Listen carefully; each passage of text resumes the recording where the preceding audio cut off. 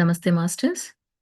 మనము 'the game of life and how to play it' ఈ book చదువుకుంటున్నాము.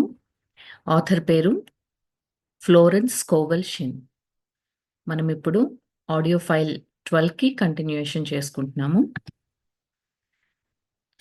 So, man must be careful that he is not the wicked and slothful servant who buried his talent. There is a terrible penalty to be paid for not using one's ability. Often, fear stands between man and his perfect self expression. Stage fright has hampered many a genius. This may be overcome by the spoken word or treatment. The individual then loses all self consciousness and feels simply that he is a channel for infinite intelligence to express itself through. He is under direct inspiration, fearless and confident, for he feels that it is the Father within him who does the work. A young boy came often to my class with his mother. He asked me to speak the word for his coming examinations at school. I told him to make the statement, I am one with infinite intelligence. I know everything I should know on this subject. He had an excellent knowledge of history, but was not sure of his arithmetic. I saw him afterwards, and he said, I spoke the word for my arithmetic and passed with the highest honors, but thought I could depend on myself for history, and got a very poor mark. Man often receives a setback when he is too sure of himself, which means he is trusting to his personality and not the Father within. Another one of my students gave me an example of this. She took an extended trip abroad one summer, visiting many countries where she was ignorant of the languages. She was calling for guidance and protection every minute, and her affairs went smoothly and miraculously. Her luggage was never delayed nor lost. Accommodations were always ready for her at the best hotels, and she had perfect service wherever she went. She returned to New York. Knowing the language, she felt God was no longer necessary, so looked after her affairs in an ordinary manner. Everything went wrong. Her trunks delayed amid inharmony and confusion. The student must form the habit of practicing the presence of God every minute. In all thy ways, acknowledge him. Nothing is too small or too great. Over to you, madam. అయితే ఇప్పుడు ఇక్కడ Florence ఏం చెప్తారంటే మనిషి తనకున్న talent ఒక talent తో పుడతారు కదా, ప్రతి వాళ్ళకి ఒక పర్పస్ అంటూ ఉంటుంది, లైఫ్ పర్పస్. దాని నుంచి దూరంగా వెళ్ళిపోకూడదు. ఎలాగా అంటే దాన్ని యూజ్ చేసుకోకుండా దాని నుంచి అతను దూరంగా వెళ్ళకూడదు. యూజువల్ గా ఏంటంటే అతను ఎక్స్ప్రెస్ చేసుకుని తన టాలెంట్ బయట చూపించుకోవాలంటే మధ్యలో ఫియర్ అన్నది, అంటే భయం అన్నది అడ్డుకుంటుంది. ఇలాంటి భయం అన్నది చాలా జీనియస్ నే అది ఆపేస్తుంది అనమాట. అయితే ఇలాంటప్పుడు అఫర్మేషన్ గాని, ఒక రకమైన ఆధ్యాత్మిక గురువుల నుంచి ఒక మంత్రోపదేశం అంటే ట్రీట్మెంట్ గాని తీసుకుంటే దీన్ని నయం చేసుకోవచ్చు, ఈ భయాన్ని పోగొట్టుకోవచ్చు అని ఏమంటారు. ఎందుకంటే అలాంటప్పుడు ఈ సెల్ఫ్ కాన్షియస్నెస్ అంటూ ఉంటుంది కదా, అలాంటిది మనిషికి అంతా దాన్ని పోగొట్టుకోవచ్చు అనమాట. అంటే ఎలాగ ఫీల్ అవ్వాలంటే అతనే ఒక ఇన్ఫినిట్ ఇంటెలిజెన్స్, అంటే ఒక సుపీరియర్ పవర్ కి, అంటే యూనివర్సల్ పవర్ కి అతని బాడీని అతని ఛానల్ కింద యూజ్ చేసుకుని దాని నుంచి నేను ఎక్స్ప్రెస్ చేస్తున్నాను అంటే ఆ ఇన్ఫైనైట్ ఇంటెలిజెన్స్, ఆ సుప్రీం పవర్ యొక్క అతని యొక్క యూనివర్స్ యొక్క ఎనర్జీ యొక్క పవర్ నా త్రూ ఛానల్ కింద యూజ్ చేసుకుంటూ నేను బయటకు తీసుకొస్తున్నాను నా టాలెంట్ ని అని చేస్తే మటుకు అప్పుడు అది వర్కౌట్ అవుతుంది అనమాట. అతని టాలెంట్ అతను కంప్లీట్ గా అతను బయటకి బహిర్గత పరచుకోవచ్చు అనమాట.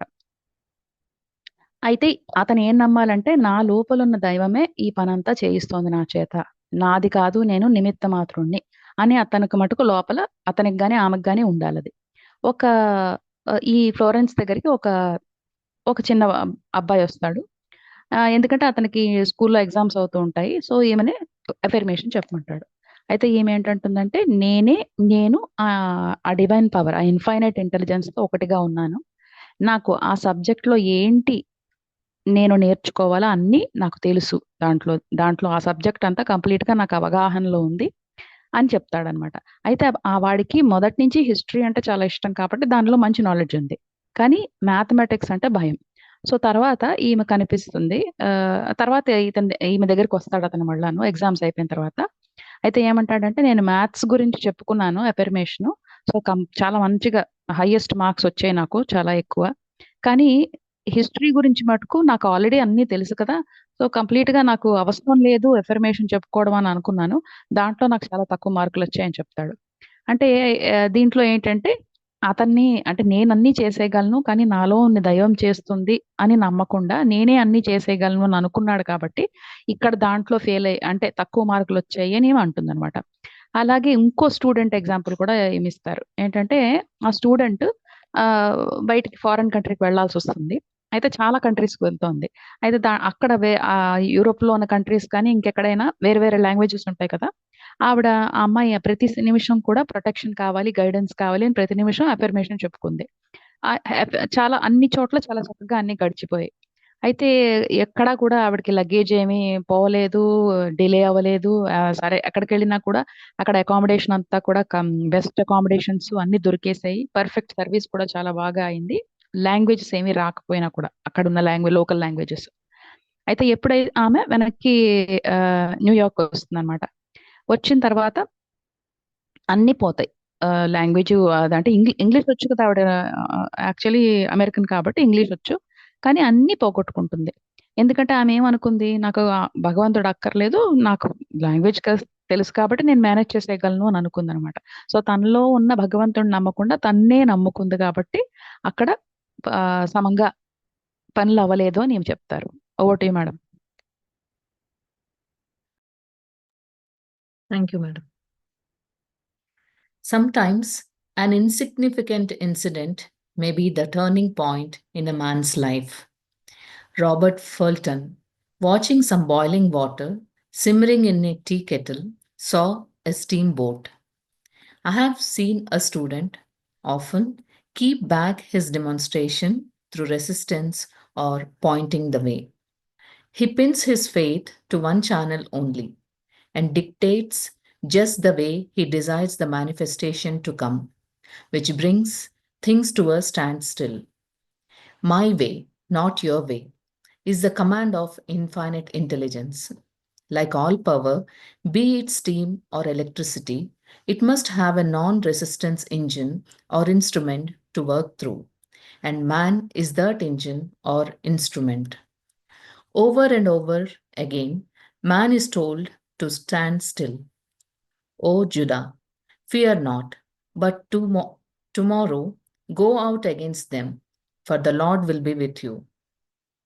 You shall not need to fight this battle. Set yourselves, stand still, and see the salvation of the Lord with you. We see this in the incidents of the $2,000 coming to the woman through the landlord when she became non resistant and undisturbed. And the woman who won the man's love, after all, suffering had stopped. The student's goal is poise. Poise is power, for it gives God power a chance to rush through man to will and to do its good pleasure. Poised, he thinks clearly and makes right decisions quickly. He never misses a trick. Anger blurs the visions, poisons the blood, is the root cause of many diseases, and causes wrong decision leading to failure. It has been named one of the worst sins as its reaction is so harmful. The student learns that in metaphysics, sin has a much broader meaning than in the old teaching. Whatsoever is not of faith is sin. He finds that fear and worry are deadly sins. They are inverted faith, and through distorted mental pictures, bring to pass the thing he fears. His work is to drive out these enemies. When man is fearless, he is finished. Maeterlinck says that man is God afraid. Over to you, madam.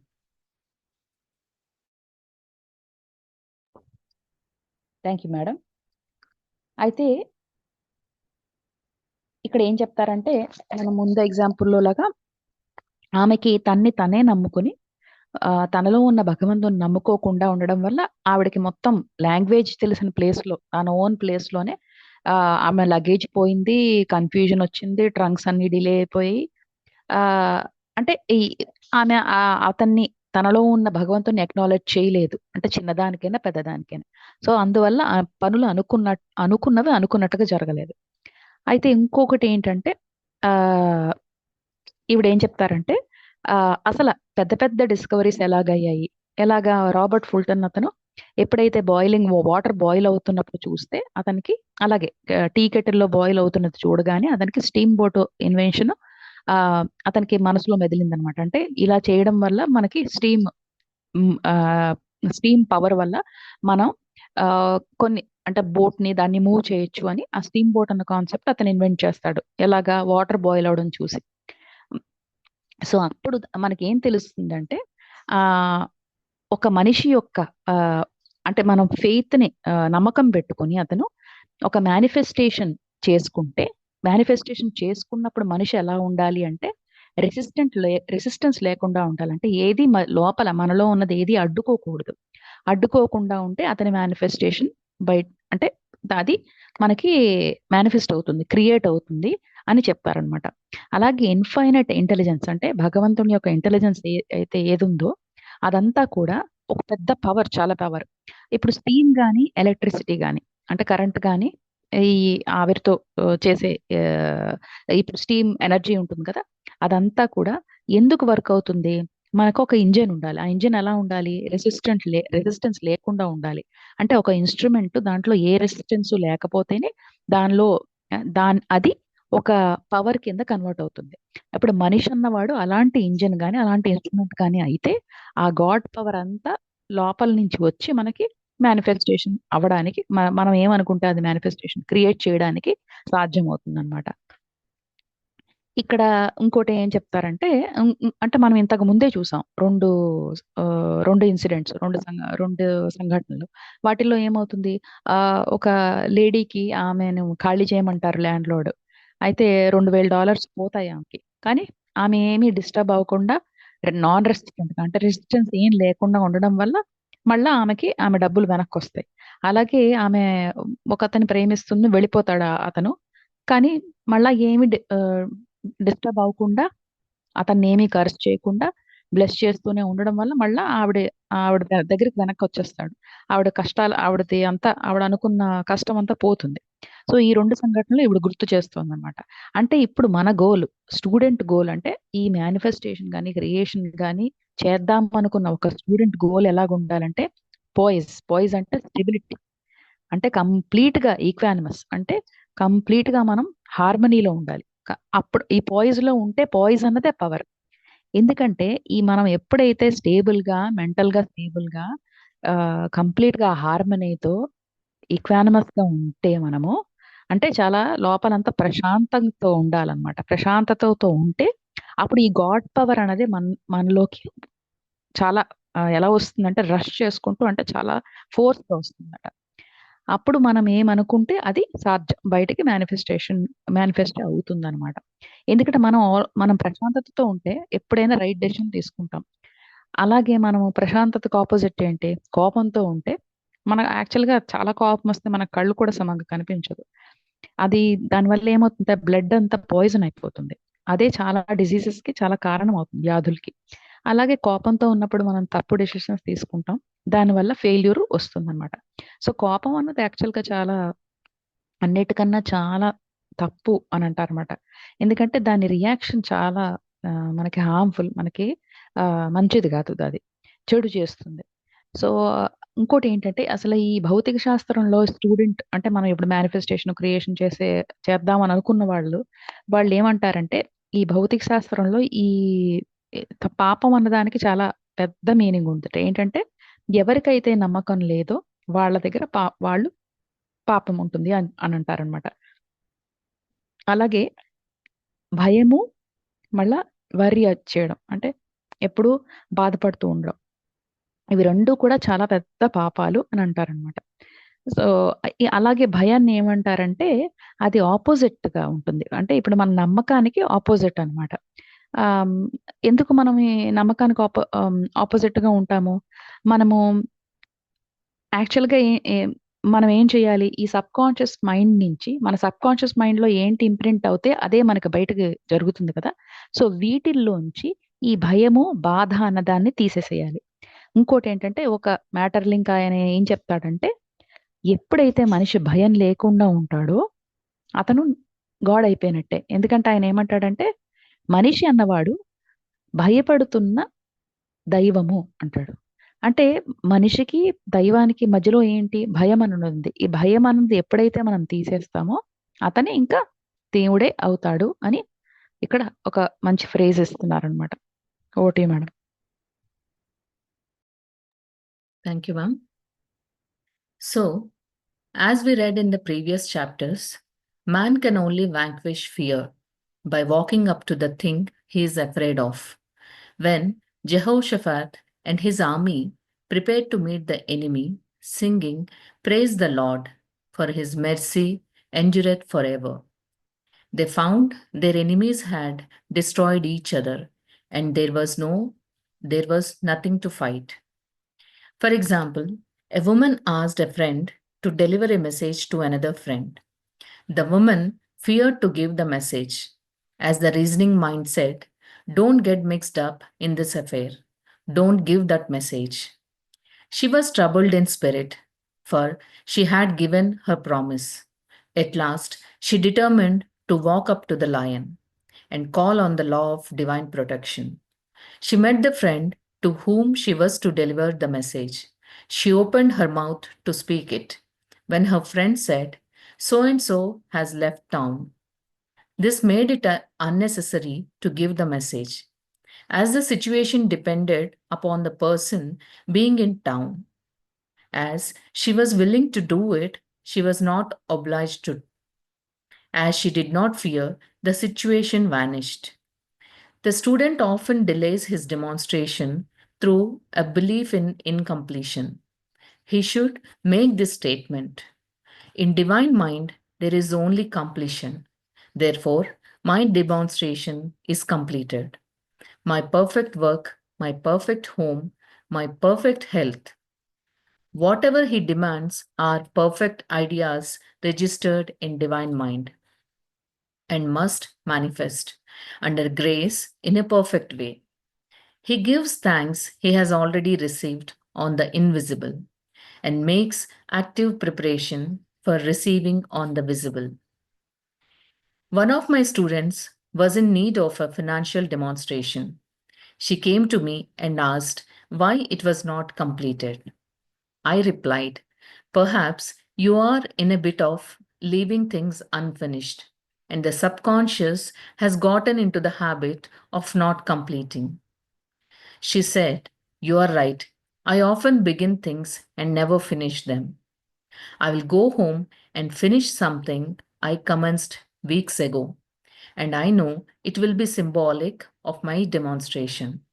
So she sewed assiduously, and the article was soon completed. Shortly after, the money came in a most curious manner. Her husband was paid his salary twice that month. He told the people of their mistake, and they sent word to keep it. When man asks, believing, he must receive, for God creates his own channels. Over to you, Mike.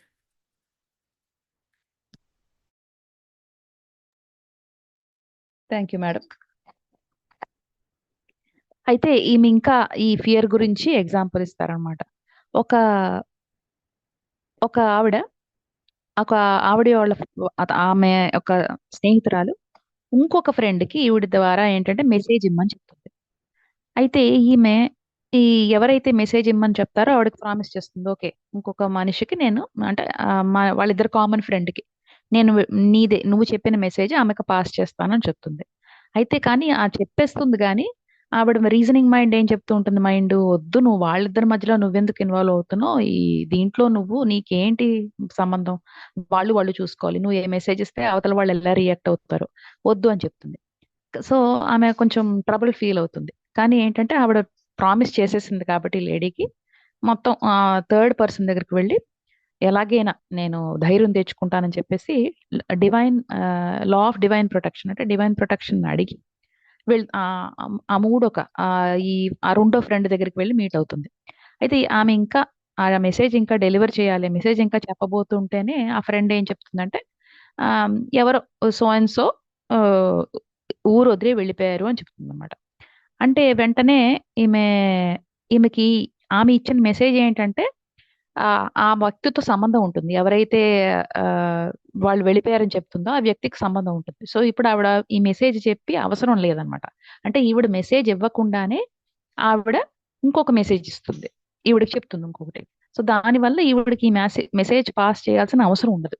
అంటే ఏమైంది అక్కడ, ఎప్పుడైతే ఆవిడ ధైర్యం తెచ్చుకుని ఆవిడ చెయ్యాల్సింది ఆవిడ చేసిందో భయపడకుండా, అప్పుడు అంటే డివైన్ ప్రొటెక్షన్ అడిగి అఫ్ కోర్స్ చేసిందో ఆ సిచ్యువేషన్ అన్నది వ్యానిష్ అయిపోయింది, సిచ్యువేషన్ అన్నది వెళ్ళిపోయింది, అక్కడి నుంచి పోయింది ఆ సిచ్యువేషన్. అంటే ఆవిడ కంప్లీట్ చేసింది ఆవిడ పని. సో డివైన్ మైండ్ లో అంటే భగవంతుని మైండ్ లో ఎప్పుడు కంప్లీషనే ఉంటుంది. అందుకు నేను చేయాల్సిన పని కంప్లీట్ అయిపోయింది. ఇప్పుడు ఈవిడ ఒక అఫర్మేషన్ చెప్తున్నారు అనమాట ఫ్లోరెన్స్. అది మై పర్ఫెక్ట్ వర్క్ అంటే నా కంప్లీట్ అయిపోయిన పర్ఫెక్ట్ గా కంప్లీట్ అయిపోయిన నా జాబ్, అలాగే నా ఇల్లు, నా పర్ఫెక్ట్ ఇల్లు, నా పర్ఫెక్ట్ హెల్త్, ఇవన్నీ కూడా కంప్లీషన్ లో ఉన్నాయి. అంటే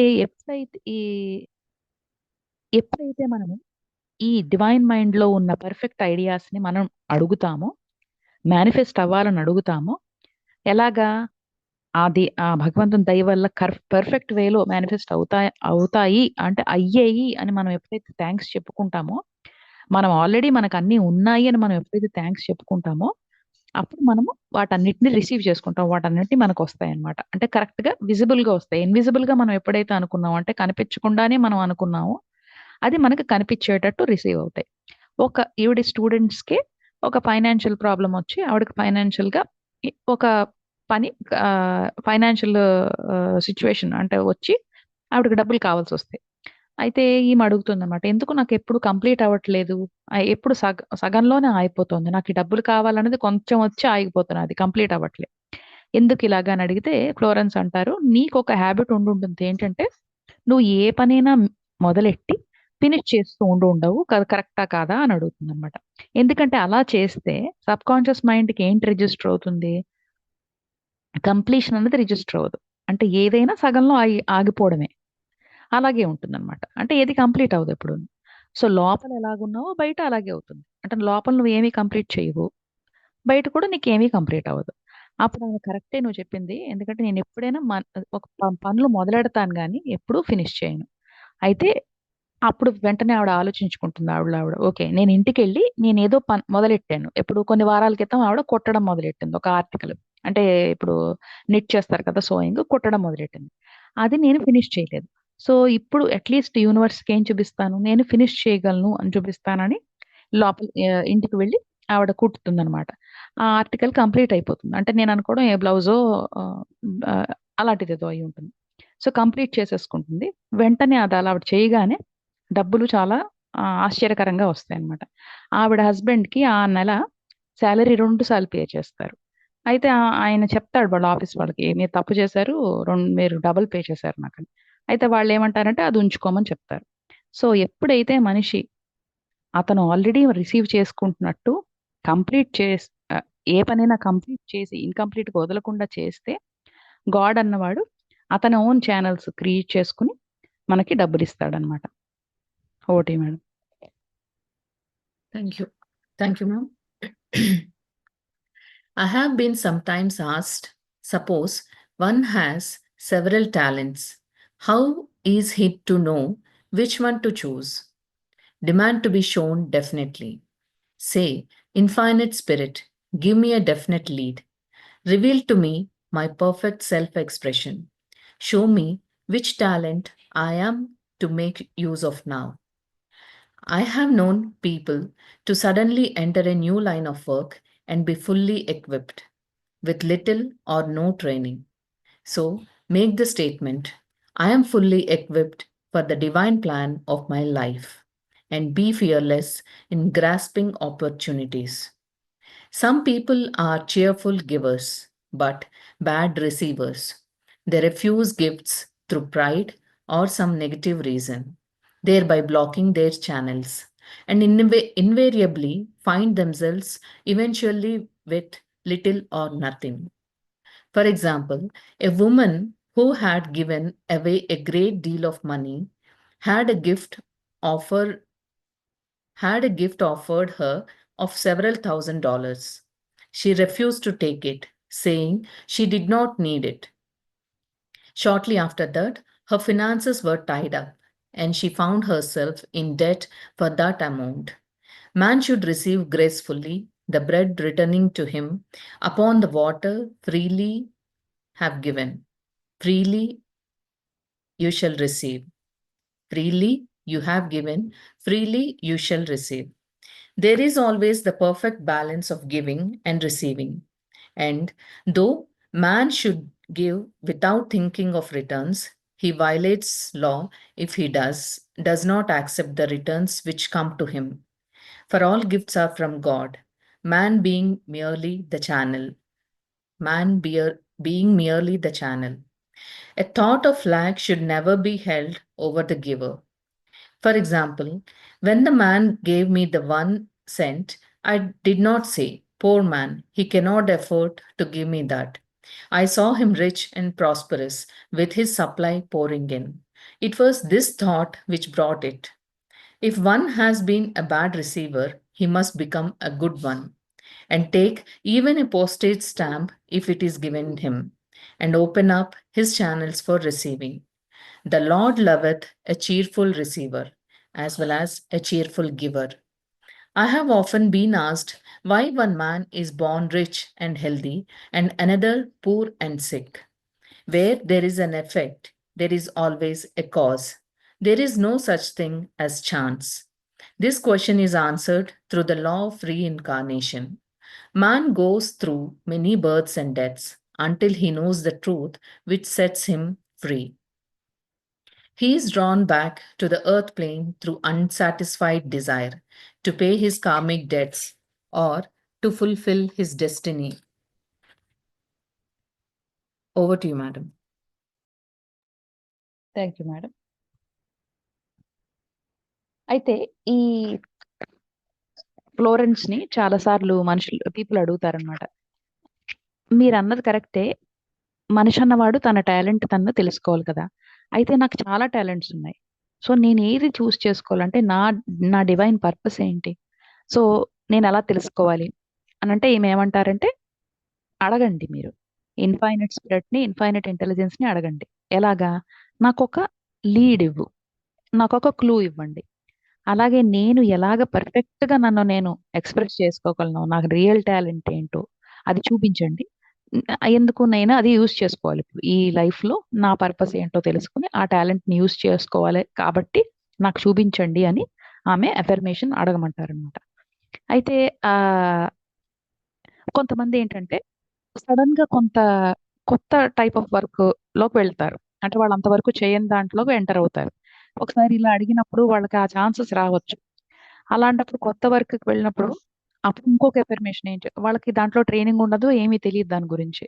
సో దానికి ఏంటంటే మనం స్టేట్మెంట్ ఇప్పుడు ఎఫర్మేషన్ ఏం చేయమంటారంటే, నేను నా జీవితం యొక్క డివైన్ ప్లాన్ కి ఫుల్ గా నేను ఎక్విప్ అయి ఉన్నాను, అంటే నేను రెడీగా ఉన్నాను అని చెప్పేటప్పటికి వాళ్ళకి కొత్త ఆపర్చునిటీస్ కూడా వస్తాయి. అలాంటప్పుడు వచ్చినప్పుడు భయపడకుండా దాన్ని యాక్సెప్ట్ చేయమని చెప్తారు. అలాగే ఇంకొక వెరీ ఇంపార్టెంట్ పాయింట్ ఏం చెప్తారంటే, కొంతమంది పీపుల్ ఇస్తూ ఉంటారు చాలా హ్యాపీగా, వాళ్ళకి చాలా ఇవ్వడం ఇష్టం, సో డొనేట్ చేస్తూ ఉంటారు, డబ్బులు వస్తువులు ఇస్తారు. కానీ రిసీవ్ చేసుకోవడం అంటే వాళ్ళు తీసుకోవడం ఇష్టం ఉండదు, వాళ్ళు రిఫ్యూజ్ చేస్తారు. అంటే నాకెందుకు, నాకు అన్నీ ఉన్నాయి కదా, సో నాకు ఈ గిఫ్ట్ అక్కర్లేదు అని కొంచెం గర్వం అవ్వచ్చు, లేకపోతే ఇంకొక రీజన్ వల్ల అవ్వచ్చు అనమాట. సో వాళ్ళకి నచ్చదు. అయితే ఆ ఎగ్జాంపుల్ ఏం చెప్తారంటే ఒక లేడీ అలాగే ఆమె దగ్గర చాలా డబ్బులు ఉంటాయి. సో అందరికి గిఫ్ట్లు ఆ, ఆ, ఇస్తూ ఉంటుంది. కానీ ఎవరు ఆమెకి కొన్ని కొన్ని $1000 అంటే థౌజండ్స్ ఆఫ్ డాలర్స్ ఇస్తారు ఆవిడకి. అయితే ఆవిడ తీసుకోదు. ఎందుకంటే నాకు అక్కర్లేదని తీసుకోదు. ఆ కొన్నాళ్ళకే ఆవిడ దగ్గర డబ్బులన్నీ టై అప్ అయిపోతాయి. అంటే దేంట్లోనో ఉండిపోతాయి. ఉండి ఆవిడకి బోల్డ్ ఒక అప్పు కట్టాల్సి వస్తుంది. ఎంత ఆవిడకి ఎవరైతే ఇస్తాం అనుకున్నారు కదా కొన్ని థౌజండ్స్ ఆఫ్ డాలర్స్ అంతే డెట్ అన్నమాట. అంటే ఎప్పుడైనా మనిషి మనం ఎలా ఇస్తూ ఉంటున్నామో కొంతమంది అలాగే తీసుకోవడానికి కూడా గ్రేస్ఫుల్ గా తీసుకోవాలి. ఎందుకంటే ఇస్తున్నది తీసుకున్నది నువ్వు కాదు, భగవంతుని పవర్ ఇవ్వబడుతుంది. అది మనం రిసీవ్ చేసుకుంటున్నాం. మనిషి అన్నవాడు ఒక ఛానల్ మాత్రమే. కానీ ఎలా ఉండాలి? బ్యాలెన్స్ ఉండాలి. ఇవ్వడానికి, తీసుకోవడానికి కూడా. సో ఎప్పుడైతే అది లా అన్నమాట. సో ఆ లా కనుక వైలేట్ అయితే ఈవిడ్లాగే డబ్బులు అప్పుల్లోకి వెళ్ళొచ్చు అన్నమాట. అయితే ఎప్పుడైనా కూడా ఈమెకి ఒకవేళ ఫ్లోరెన్స్‌కి ఎవరైనా ఒక సెంట్ ఇచ్చినా కూడా ఆవిడెప్పుడు అయ్యో! పాపం అతను ఎఫోర్డ్ చేయలేడు. అందుకే నాకు ఒక సెంటే పే చేశాడు. అంటే ఈవిడ సర్వీసెస్‌కి ఈవిడకేదైనా ఎవరైనా ఆఫర్ చేస్తుంటే ఈవిడ ఇచ్చిన సర్వీసెస్‌కి ఎప్పుడూ కూడా మనుషులు తక్కువ డబ్బులు ఇచ్చిన వాళ్ళని ఈవిడ ఏం ఏమన్నదంటే ఇతని దగ్గర డబ్బులు లేవు అని జడ్జ్ చేయదు. అయి ఎలా చూస్తుంది ఈవిడ? అతను చాలా రిచ్‌గా ఉన్నాడు. చాలా డబ్బులున్నాయి. అతనికి డబ్బులొస్తుంది అని ఈవిడ అలాగా అతన్ని విజువలైజ్ చేసుకుంటుంది. ఎందుకంటే అలా చేసుకుంటేనే ఈవిడకి కూడా అలా డబ్బులిచ్చేవాళ్ళు వస్తారనమాట. సో, అలా కాకుండా ఈవిడ బ్యాడ్‌గా రిసీవ్ చేసుకుందంటే ఒకవేళ బ్యాడ్‌గా రిసీవ్ చేసుకుందంటే ఈవిడకి బ్యాడ్‌గానే ఇంకంటే 1 సెంట్ ఇచ్చేవాళ్ళే వస్తారు. సో, ఈవిడకి మంచిగా రావాలంటే ఈవిడ మంచిగా విజువలైజ్ చేసుకోవాలి. ఆవిడ ఇచ్చిన దాన్ని జడ్జ్ చేయకుండా తీసుకోవాలి. అతనికి కూడా మంచవుతుంది. ఈవిడకి కూడా మంచవుతుందనమాట. అప్పుడు ఛానెల్స్ అన్నీ ఓపెన్ అవుతాయి.